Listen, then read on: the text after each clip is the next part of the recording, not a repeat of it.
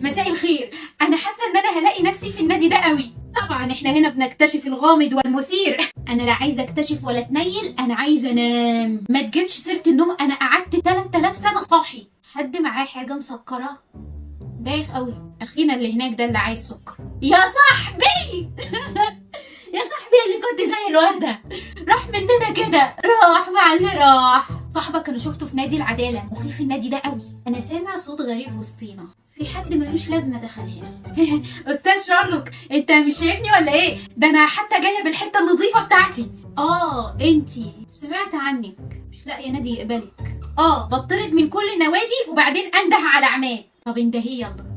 يا فهمت قصدك، انا مش غبية، انت بتطردني بشياكة. لا انا اقصد ان احنا هنقبل عماد.